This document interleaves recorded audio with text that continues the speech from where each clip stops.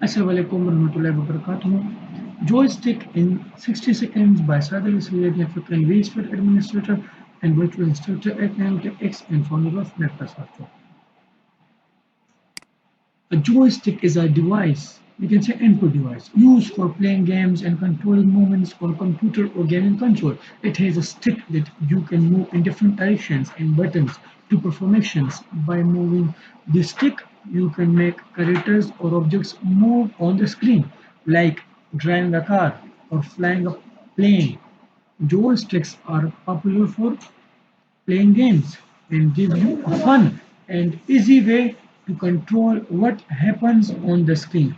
Here you can just check it how joystick is in real.